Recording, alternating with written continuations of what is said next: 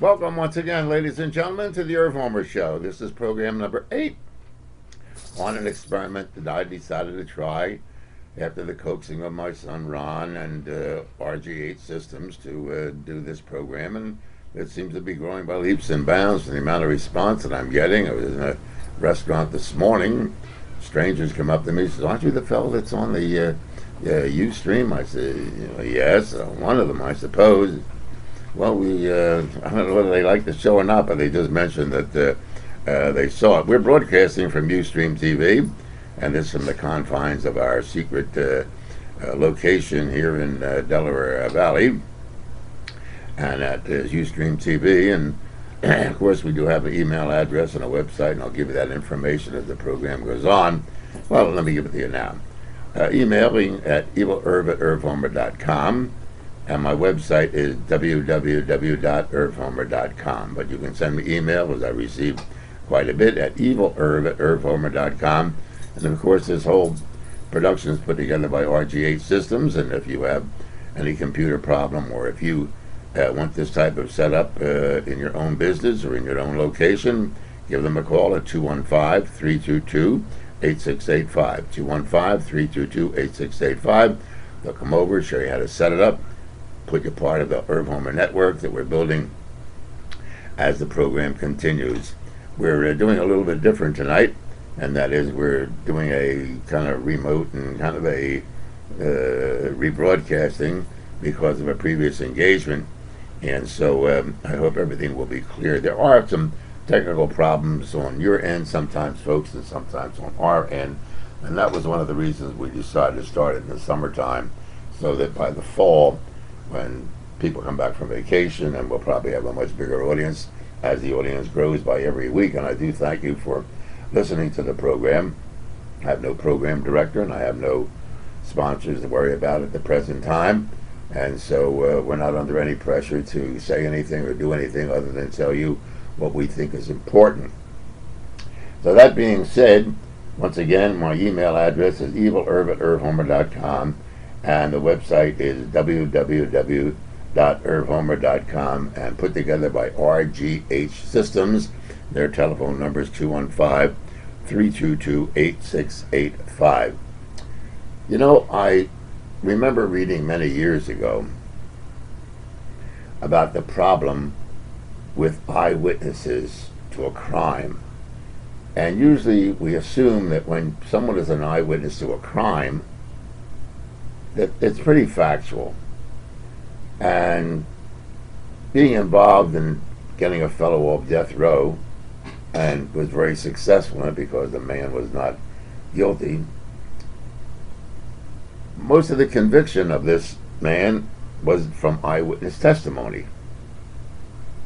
And when you realize and went through the case and going with his attorney, the eyewitnesses all had a different version of what they saw.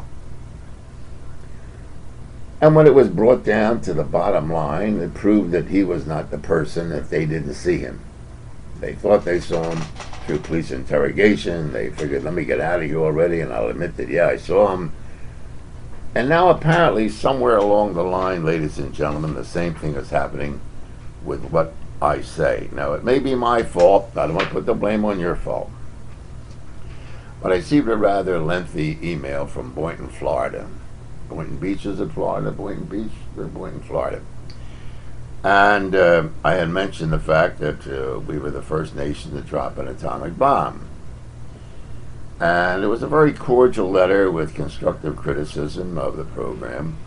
And I appreciate constructive criticism. I appreciate it if you don't want to just bitch and yell and say the program stinks. I don't care. But apparently, the gentleman felt that I was blaming the United States for dropping the bomb on Hiroshima and Nagasaki. Well, today, the 6th of August, 63 years ago, America dropped the bomb on Hiroshima. We did it. We dropped the bomb. Now, probably the gentleman tuned in the middle of the program and heard me talking about the fact that we were the first country in the world, in fact, the only country in the world, that ever dropped an atomic device, nuclear or otherwise. And so he said, Irv, he says, I'm a little tired of blaming America first. America killed. I said, and what I was talking about, and maybe the gentleman will be listening to this program, we're trying to question why Ahmadinejad in Iran has so many followers and why this hatred that is fomented through the world in the last 7.5 years toward America is that our enemies are the ones I'm concerned about what they say. I'm not too concerned about what our friends say. And the point I was making was that Ahmadinejad gets on the Iranian radio, and I listen to Al Jazeera, which is also the Arab broadcasting, and he takes America to task 63 years later for dropping the first atomic bomb on human beings and killing 125,000 people with one bomb. Now, you can't deny that that's what we did. We dropped the bomb. All the reasons that we dropped it are real and true. It did end the war. Harry Truman at the time, ladies and gentlemen, was a proposal made by, I forget who it was, Oppenheimer or one of the atomic scientists, that we should drop a test bomb and show them the damage that this bomb can do. And President Truman said, and I'm abbreviating the comments between the two, he said, suppose it doesn't work. Suppose we drop leaflets all over Japan and say, look out here and see what we're going to do, and we drop a bomb and it doesn't go off. It's going to be rather embarrassing. It was also going to be like a paper tiger. So they decided not to do that experiment and then, in fact, dropped the bomb. But it was not a question of me hating America or blaming America first. It was pointing out, ladies and gentlemen, how the enemy can use the propaganda and use facts of things that we have done in light of the fact that it's 63 years ago, and they're playing on this emotion with the people, and the people are as ignorant of history as some of us are, and so they become victim too of misinterpreting history, the reasons, placing ourselves at the time. And I went into the fact of the relocation of Japanese Americans. And the strange thing about that is that Earl Warren, who was the former head of the Supreme Court, was the governor of California at the time. And the liberal Warren Court, that it was known as after Governor Warren became Supreme Court Justice Warren, was for relocating the Japanese Americans from the West Coast, and many Americans were against it. But times changed. He became a liberal, changed the conservative view. To the best of my knowledge, the relocation president executive order of relocating people constitutionally, legally, is still in effect. So to the best of my knowledge, our government can still round up people that they consider to be menacing or threatening and put them in relocation centers. Now you're going to say, well, Irving, they would never use them. I don't know who's going to use them. I don't know what time is, and I don't think you folks know either. That if the president sees necessary, there are executive orders that give the president to relocate thousands of people into relocation centers. So the history of America that we are ignorant, many of you folks out there are ignorant of. And once again, let me impress upon you, ignorance is not stupid. Ignorance means that you just don't know. Stupid is that you don't want to know. So I'm ignorant of many things, as you folks are ignorant of many things. But I'm not stupid, and I'm sure you're not stupid. We're just ignorant. But the enemies of America that use the propaganda very successfully, they're not stupid, and they're not ignorant. And they know how to use the media to manipulate the folks that they want to follow them. And so, while we are dealing with the nuclear threat all over the world, and Pakistan once has a nuclear weapon, and now India has one, and they explode them and they show means of force, and Iran right now is still saying, we're going to develop our nuclear strength whether you like it or not. The fact of the matter is, we're the only ones that ever used it. Now, to make you sleep comfortable tonight, there is an estimated 21,000 nuclear bombs on launch site as we speak right now. So at any given time, anywhere in the world, there are 21,000 nuclear missiles ready to launch, whether they be on submarine, whether they be on aircraft, whether it be with a strategic air command, whether it be our enemy off the coast of America.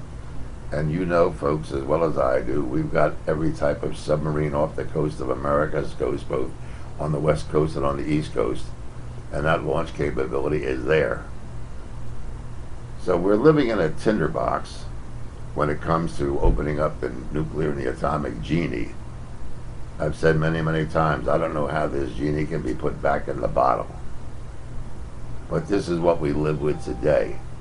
Today being the 63rd anniversary year of the dropping of the bomb on Hiroshima. So it's not that I hate America, but you repeat you indoctrinate and you educate people into the history of how your enemy uses your history against you. And I had mentioned on the last program about slavery. Sure, we had slavery in America, but the Founding Fathers made provisions in the Constitution that we could eliminate it. Now, a law is not going to change your attitude.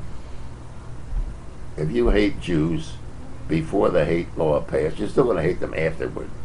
If you hate Catholics, you're going to hate Catholics afterward. So the mere fact that a law is passed doesn't change your emotions. It doesn't change our ability to think. We still hate blacks. We still hate Jews. We hate Catholics. We hate Protestants. We hate the Pope. We hate.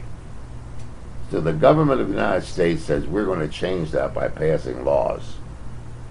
We have laws against murder. People still get murdered. We have laws against child abuse. They still children being abused. We have a million laws. The fact that laws are passed doesn't mean that society is going to adhere to them. And so many of you scratch your head and say, well, there's a law against it. Well, there may be a law against it, but it doesn't mean anybody's going to pay any attention to that law, or anybody is going to listen or change their attitude one bit. So I hope that you understand that if you tune into the middle of the program, when I'm speaking about something like the nuclear bomb being dropped, the atomic bomb being dropped on the United States, it's not the Hate America crowd. I am not part of the Hate America crowd.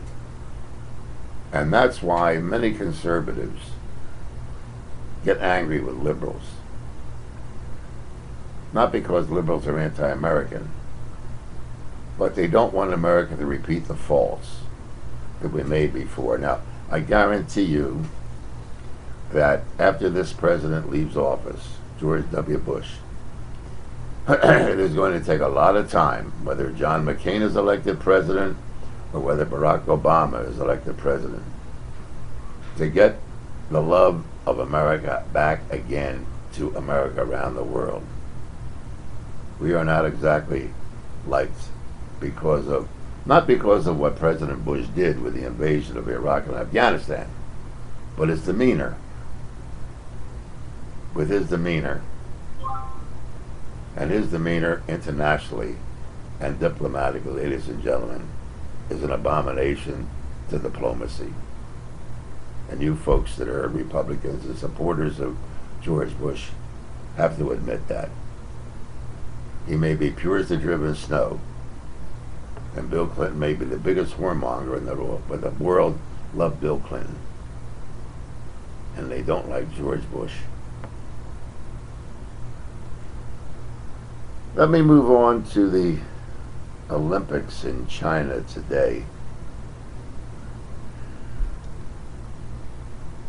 Yes, we have young people competing from around the world. The Olympics are a big brouhaha and everything. And the billions of dollars that China is going to put on display starting this Friday night is going to boggle your mind. The billions of dollars of slave labor that they used, the relocation of millions of people to build this Olympic Center, the violation of human rights, the oppression that the people and the press and the internet and the computers have gone through is unbelievable, astronomical. And they are going to show off the strength of their economy at our mercy. But when you look at the Olympics, and we're going to watch it Friday night at our house because the opening ceremony of the Olympics is better than a Cecil B. DeMille television or movie production. The fact is that that's our money that built this stadium and built this arena and built this Olympic city. It's our money. If you don't believe it, look around your house and we'll see everything was made in China. They haven't invaded the automobile market yet, but they will. Take my word for it. They will invade the automobile market. Probably 10 years down the line. See, one of the things you have to remember is that we deal with instant gratification in the West. Minute car washes, fast microwave ovens, internet, let's get on the line, let's speed up the computer. We deal in a generation of short-range gratification. China builds 5-year plans. They gradually move into things. They don't make the mistakes we make. Because, A, it's a dictatorship, so they don't have to make the mistake. They don't build roads that go nowhere like we do. They don't build bridges that go nowhere like we do. They find some politician who's corrupt, they kill him. We find a politician who's corrupt, we get him out of office, then it becomes a lobbyist. And he starts influencing. So our two societies are totally different. I prefer our society, as screwed up as it is, to an oppressive society. But if we continue going the way we are, we will be an oppressive society. I lost faith and confidence in the Olympics when the government of Russia started subsidizing their Olympic athletes. The Olympics used to be amateurs all over the world. Now it is a glorified professional media event. The only good that ever comes out of this is that maybe the young people that participate in the competition in the Olympics get a chance to meet and mingle with people of different cultures and different countries. But according to the information that I've received from this Olympics, the competitors are going to be isolated from one another. There's not going to be the camaraderie in the lunchroom. There's not going to be the camaraderie afterward. Each country is going to be totally isolated, as if they're ready for combat. And so this is a great production, propaganda machine by terrorist China. And it is a terrorist country. According to the information that we all read, they support every enemy of the United States, sending them arms and ammunition, giving them money. So to me, it's a great propaganda, and we'll fall victim. Many folks will fall, look how nice China is. But to me, this is the grandiose Nazi regime putting on a display for acceptance by the world of how grand China is today.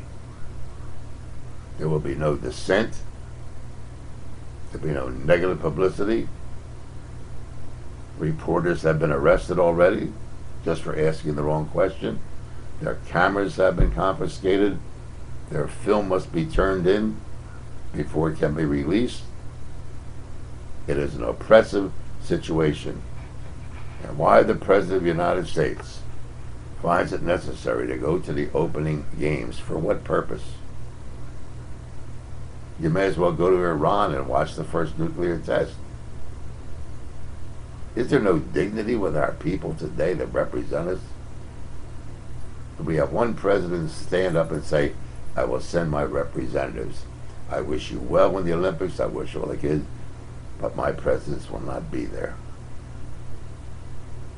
Now you know, and you can read in the paper and listen to the pundits on radio and television say that Mr. Bush is going to tell the head of China what he... Come on, cut me a break.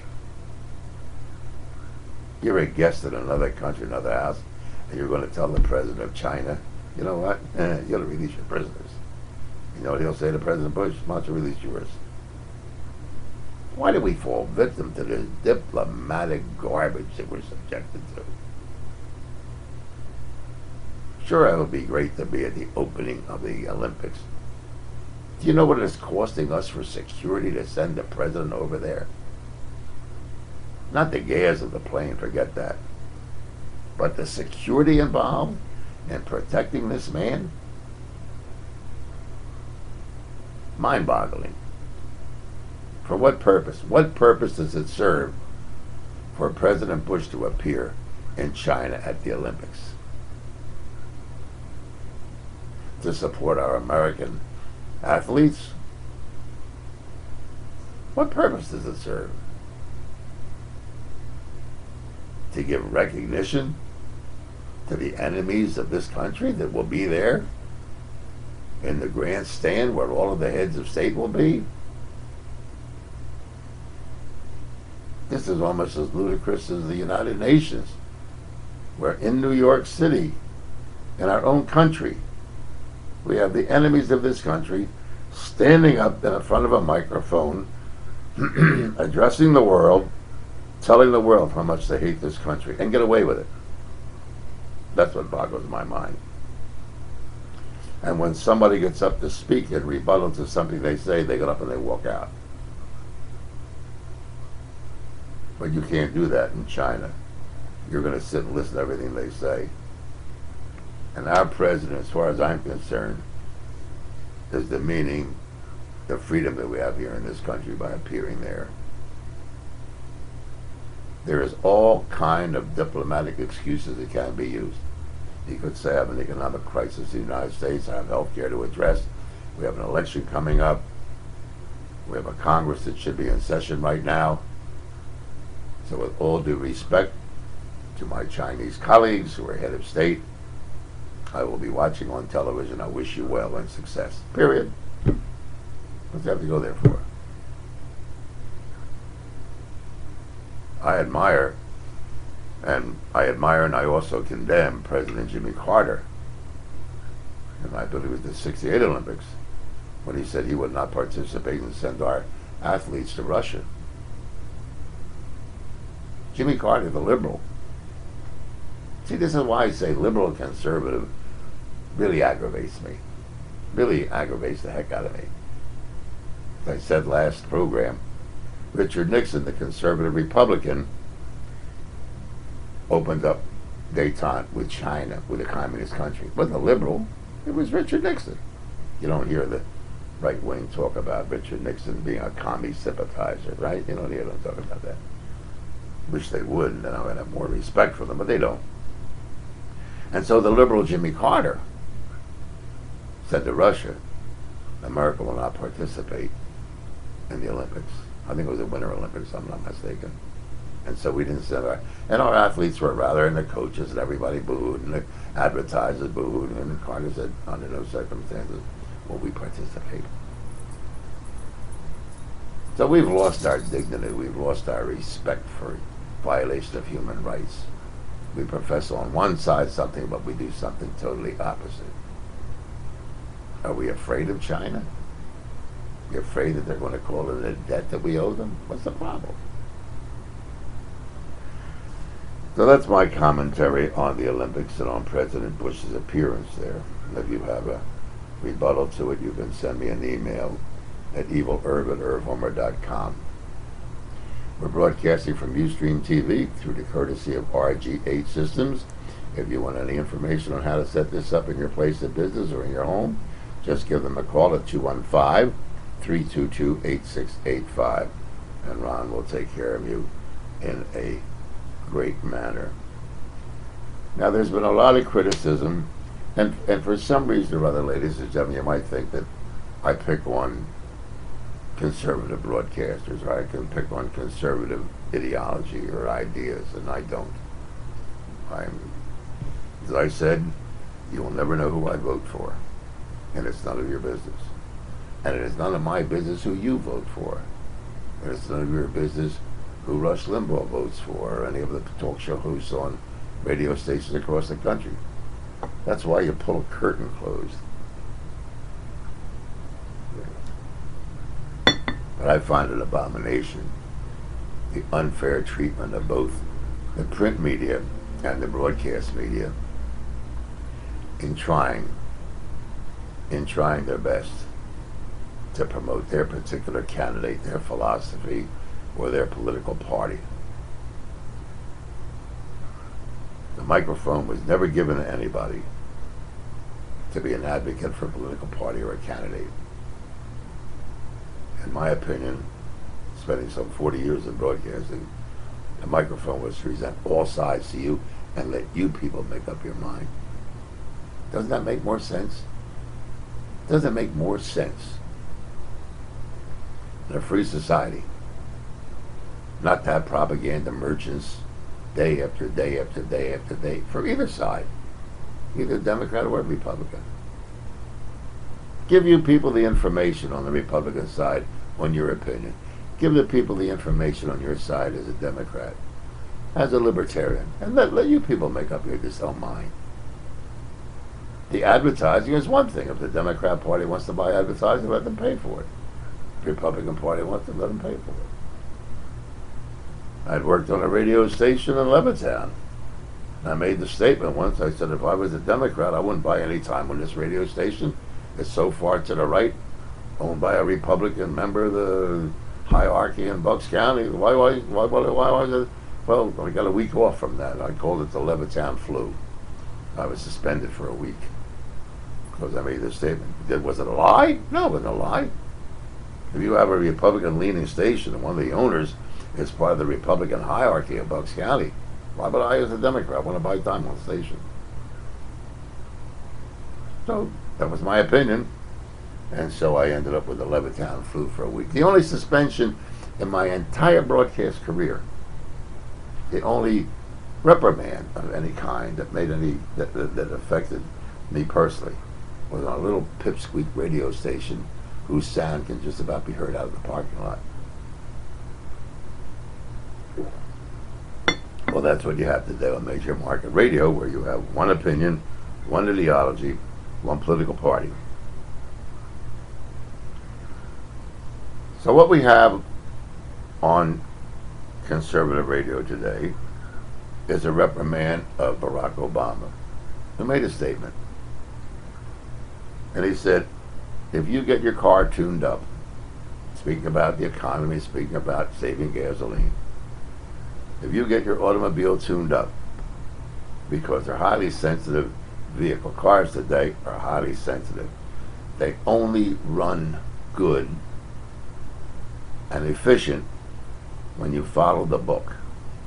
That book, ladies and gentlemen, on the two cars that I have, 3 cars, one is my son's, is that thick, about an inch thick.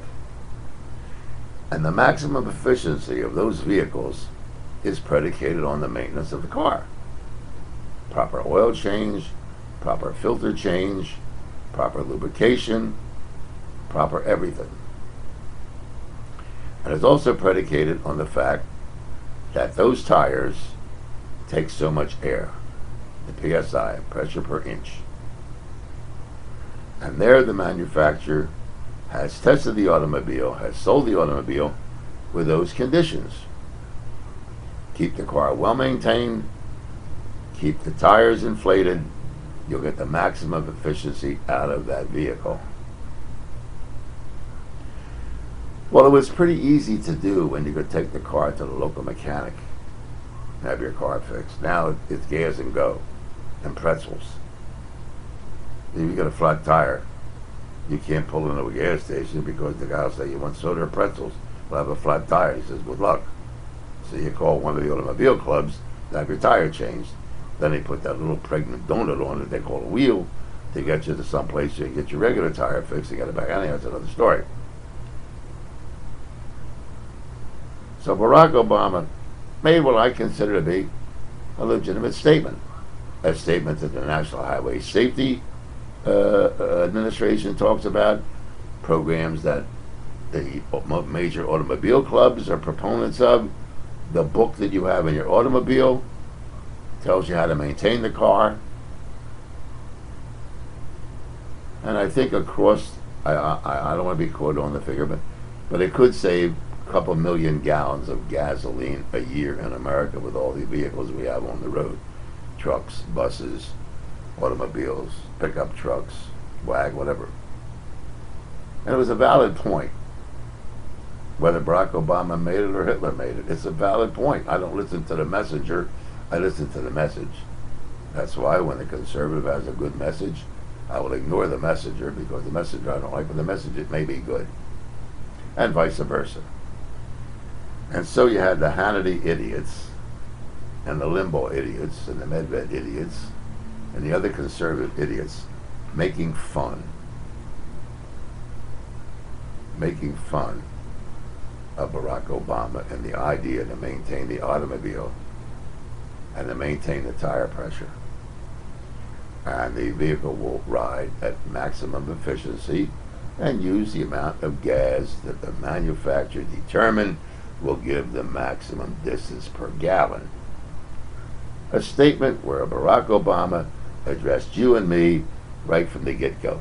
Not developing some type of budget for balancing the budget, not something that we can do, but saying, look, ladies and gentlemen, get your tires checked, get your car running efficiently, and you'll be saving gasoline across the country. Great idea. Do you see anything wrong with it, folks? I don't. But these conservative idiots wouldn't give credit to anybody that doesn't think like them, or act like them, or look like them, because they may compromise their stupid audience that's in love with these people. That frightens me. That frightens me because that's the same type of propaganda that Hitler used, Mao Zedong uses, Ahmadinejad used, Stalin used. The same type of mentality, making fun of good ideas that we can all relate to. What question would you ask if you were speaking to a talk show host who said and made fun of what Barack Obama suggested? Well, I had one question. I only had one question. Let's say Mr. Talk Show host, Mr. Conservative Talk Show host, is making fun of Barack Obama's statement about efficient engine performance and about proper air in the tires. Would you like to fly your next trip on a 747, a 707, a 767? Would you like to fly on that airplane if those tires were not inflated properly on that plane? Or if those engines weren't tuned up to maximum efficiency? Would you want to get on that plane, Mr. Talk Show host? Now, ladies and gentlemen, for those of you who laughed along with the black, empty-headed talk show host, those of you who laughed and thought it was funny, would you want to get on an airplane like that?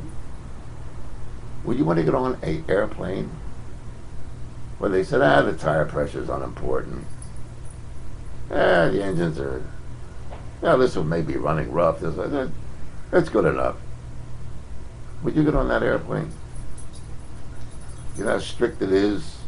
Even with the efficiency of the FAA and the examination of safety records, and our airlines are basically safe. Would you want to get on a plane like that? Would you laugh? Would you laugh if I say on this program right now, sometime when you're flying, as you board the plane, ask the pilot the last time the engines were rebuilt? Or, Captain, do you think this plane is flying at its efficiency level? Every plane has an EL, an efficiency level. Are the tires inflated properly so we don't have a blowout going down the runway or when we land? That pilot would be proud to tell you. One of them even showed me once the flight plan out of respect.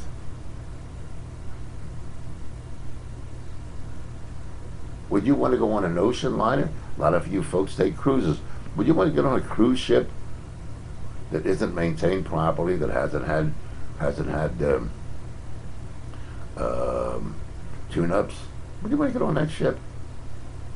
You want to go on a ship that prop may not be spinning properly? Well, don't worry about it. It's a joke. It's a joke. So the prop don't run right. So the engines don't run right. We'll get across. We'll get to Bermuda. We'll get to the islands.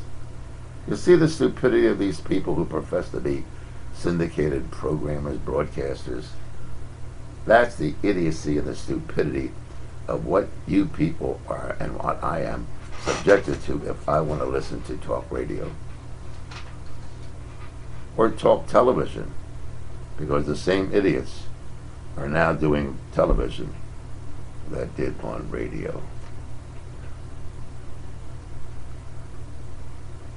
The thing that is interesting now in the news is that 11 people have been indicted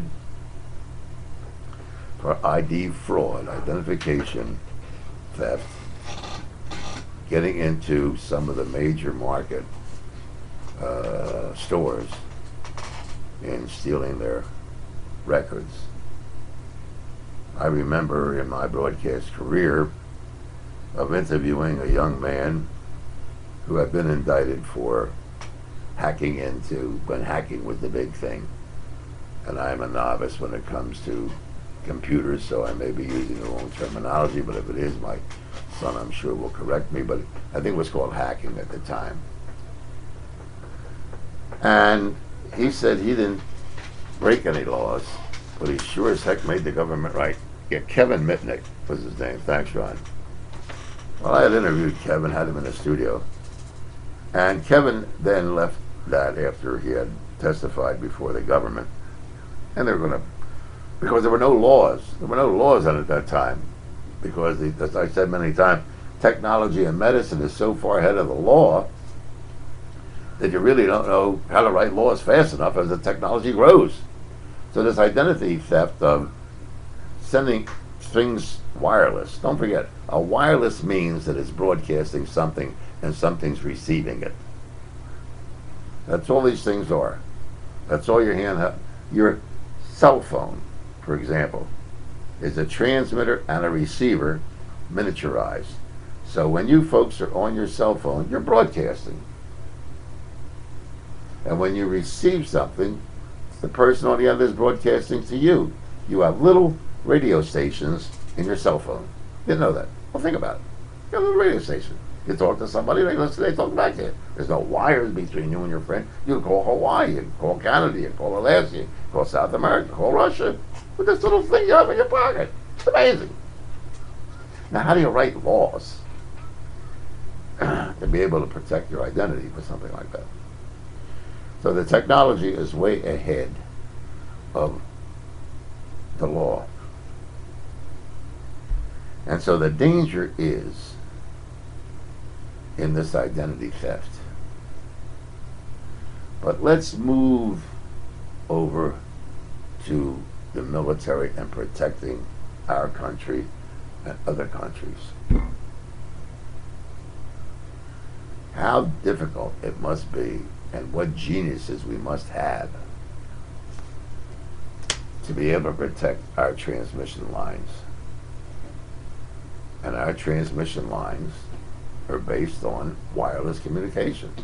Satellite transmission, satellite to ground, ground to satellite to ground to satellite to ground. Skip distances, they're called skip distances. When you can't go from ground to satellite to another place, they have a skip distance. That skip distance is between the two satellites, where it goes from ground to satellite, back to ground, back to satellite, and it's like a zigzag all around the Earth, because you can't go this way.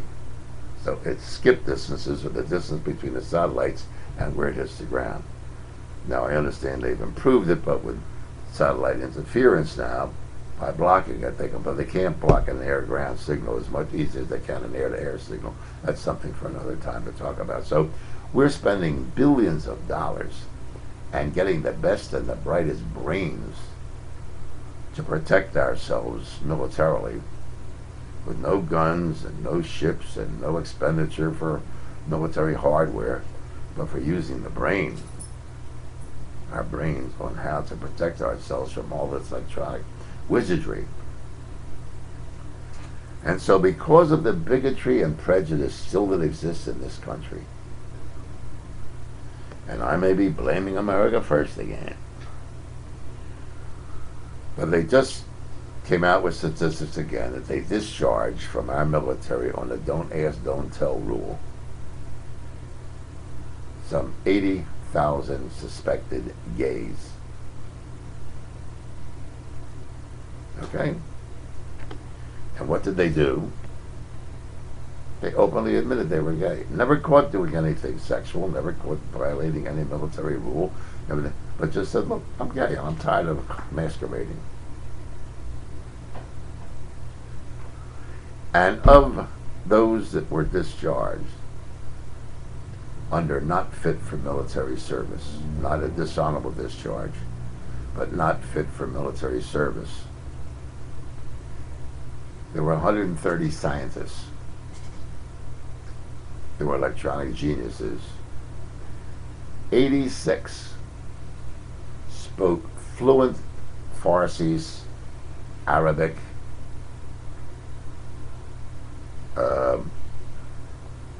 I think one or two of the dialects of Chinese. See, China has about 30 dialects. That may be strange to you, but the people in southern China can't speak to the people in northern China because it's a different dialect. Yeah, China has so many dialects that it's unbelievable. They really can't communicate with one another. So they have a problem over there with language, which is something we'll get into at another time. But because of our ignorance and our stupidity and our prejudice, we've discharged geniuses, scientists, linguists, because when Obama made a statement, don't worry about whether he can speak English, worry about whether you can speak Spanish, I saw it as an academic exercise that we Americans don't know how to speak foreign languages. And we don't. Second and third generations that came from Europe or Central and South America or even Asia eventually learned to speak English over the period of time. People today that come to this country don't give a damn because we've volunteered to let them speak the language of their choice, and then we've capitulated to putting their language on ballot. I think it's wrong. It's not being prejudiced. If you come to this country, there should be a commonality of language. But we have discharged. Now, what is worse? And this goes through every war, and it goes through every time there's a confrontation, and if you read any of the military journals, there's nothing worse than a disgruntled former Army officer or employee. Now, when you have over 100 and some electronic geniuses that know how to prevent identification theft, that know how to deal and intercept foreign transmissions, and know how to translate the languages, when you get those people disgruntled, they're angry. Or they're hurt. They may be patriotic Americans dedicated to serving the country, but because of their sexual preference, the government says, we don't want you. And so the normal response would be that if you don't want us, we don't want you.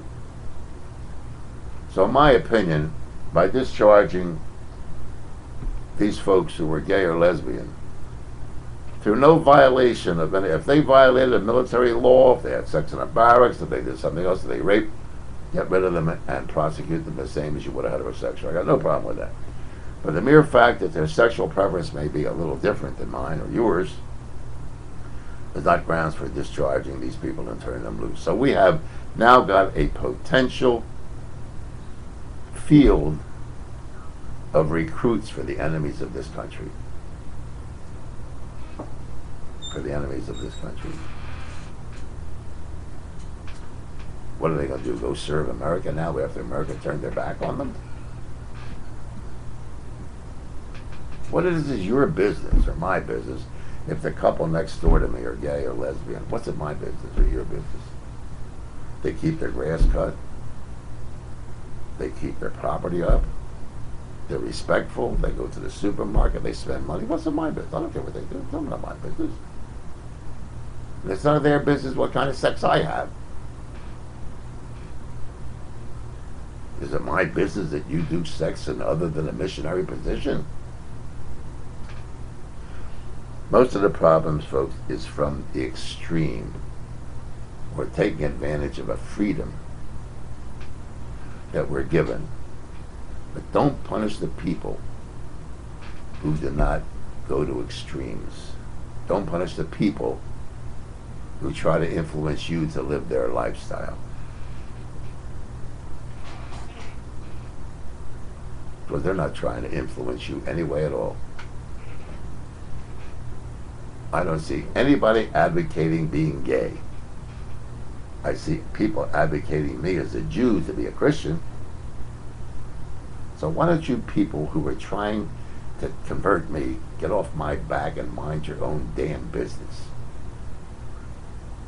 If I want to convert to being a monkey follower, that's my business.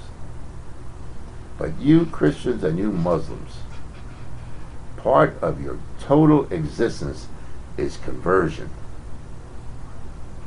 And why Jews get oppressed, one of the reasons is because Jews don't have conversion. You can convert to a Jew if you voluntarily do it, but it's not part of Hebrew doctrine to convert anybody. If you want to be a Jew, there is a procedure for going through a whole religious ceremony. But we don't have people on television screaming all the time, if you don't convert to Jesus, you're going to go to hell. If you don't believe in both, you're going to go to hell. If you don't, I'm not going to go to hell because I don't want. First of all, let me tell you why hell and heaven, okay, is a complete violation of scientific fact. Okay? Now, hell is supposed to be hot, right? This is scientific fact. And heaven is not hell. So hell is hot. Now, science dictates, in this building where I'm at now, that heat rises. Well, if hell is hot, the heat goes up. So I don't know whether heaven is hotter than hell or not, because if the heat goes up, then hell must be cool. Unless somebody put air conditioning up there.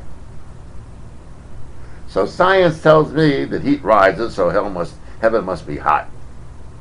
I don't want to go where it's hot. That's Irving's logic. Let us go back a little bit to the arrogance of people in the heterosexual community. No, some of my best friends are not gay. Some of my best friends are not lesbians. I have not a lot, I have a couple of lesbians that are friends of, and over the years of being in this business, and very few gay men. I know maybe one or two who don't bother me, never try to put a past them or anything else. So they don't bother me. I do enjoy their entertainment. I do go to a restaurant in Rehoboth that is run by gays, the best food in the world and the best service in the world and the best respect by a business, a restaurant. And you openly know that that place is gay. And the waiters are gay and the cook is gay. The owners happen to be heterosexual. I know the owners personally. They used to be in Philadelphia. But they don't. I'm not going to lose my heterosexual attitude because I know these people. And there's nothing in the Constitution of the United States that says you have to be heterosexual. Nothing. Show me where. If it's in there, show it to me. Now, in this Bible that you want to convert me to, it says it. Not my Constitution. So buzz off. I love you Christians dearly, and I love you Muslims dearly. Just stop telling me that you want to convert me. And when I turn on the television set, I don't want to hear somebody telling me I'm going to go to hell. Can you understand what it is like for a young atheist child, agnostic kid, a Jew, or somebody that doesn't... There's a kid, you're worried about violence and you're worried about pornography. How do you feel as a kid watching a television set where some preacher with 1,000 people behind saying, and if you don't believe in Jesus, you're going to go to hell, and the damnation of the Lord will punish you? And this little 4-year-old kid's looking, he's scared like hell. He's scared out of his bed. He runs to his bed. Mommy, what's it on? But turn it off. Watch your cartoons. So let's watch cartoons where there's violence, which makes more sense than listen to some idiot up there frightening a 4 or 5-year-old kid. He's going to go to hell. I'm not criticizing your religion. I'm not beating your religion. I'm just telling you what it's like not to be part of this, so you can relate how somebody else feels and why around the world we must become more globalized and understanding, and hopefully the rest of the world will become globalized with us. My birth mother died when I was between 3 and 4 years old. And we had very dear neighbors who happened to be Catholic. Very dear friends of my father and my mother. And my mother died at home. And so I just remember a bunch of people, and I couldn't see my mommy. My sister was a little older. She realized what had happened. I didn't. And so that night, we spent the night at Mr. and Mrs. Acker's house. And they were good. Well, are you a good Catholic? Well, no, I'm a Catholic. I don't know whether I'm good or bad. I'm a Jew. I don't know whether I'm a good Jew or bad Jew. But everybody puts labels on everybody. He's a good Catholic. He's a bad Catholic. He's a good Catholic. I don't know. But they were known in the community as the good Catholics. And they were sweet, lovely, kind people. And I loved them like I love my own parents, our next door neighbors. And so I was put in one bedroom, and my sister was put in the other because they had no children. And I looked up on the wall, and I kid you not, and there was this big cross on the wall. And this poor guy was up there with nails in him and blood coming out of his heart with a stake. I screamed bloody murder. Oh my God, what am I looking at? And dear Mr. Zacher came in and first she tried to comfort me down, and I could never figure that out. But let me bring this up to something that I've always lived with and enjoyed. The condemnation of a bleeding heart liberal. Where did that saying come from? Where in the history of mankind do you ever see a bleeding heart? Except on this man, to the best of my knowledge, I've never seen any other bleeding hearts anywhere except on an operating table. But where else do you see this bleeding heart except on the man that is adored by so many millions of people around the world? And a man whose teachings and writings I have read, not what John said, not what the disciples said, not what anybody else said, what he said himself, allegedly said. But nobody really knows what he said. They didn't have tape recorders in them days. And I said, how can you criticize a bleeding heart liberal when the very person that they adore and the very person that they revere is a symbol of a bleeding heart? Now, if you know otherwise, I wish you would tell me by sending me an email at evilerv@irvhomer.com. That's evilirv at irvhomer.com. Check out the website at www.irvhomer.com. And we're broadcasting from Ustream TV. This type of program can be set up in your home or your place of business by RGH Systems. Their telephone number is 215-322-8685. 215-322-8685. This program will be repeated at 6 o'clock tonight from 6 until 7. This is a special broadcast because I have a previous dinner engagement and I can't not be there. But I do enjoy this. Tell your friends about it. It's no cost to you. Just turn your computer on, flip on the channel, and if you like what you hear, stay tuned. If you don't like it, turn it out. I mean, my living, my life does not depend on this, but for the lot of email that I receive from people, apparently it makes some time. Now, you may be offended at something I say. You may not like what I say. I may not like what I say. If you can tell me that I didn't tell you the truth, then I wish you would correct me. And if you are tempted to think about something, I am not here to convert you. I'm not here to change your lifestyle in any way whatsoever. I'm not here to contradict anything you believe in. I'm merely pointing out another point of view as seen from somebody who has lived a long time, and fear that we Americans, whoever we Americans may be, and I don't know what a typical American is. I never knew what a typical... It's the American way. Does anybody know what the American way is? What's the American way? Stupid, idiotic statements. But all I try to do here is make you think a little bit different. Make you educate yourself. Give yourself some latitude to play with your brain and say, hey, let me see it. Let me look at this in a different way. And so I thank you all for viewing this program. It'll be rerun at 6 o'clock tonight.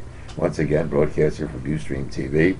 And RGH Systems puts this together. We will be having a chat room for the show and eventually put telephones in so you can call in. RGH Systems number is 215-322-8685. 215-322-8685. And until the next time, I'll see you.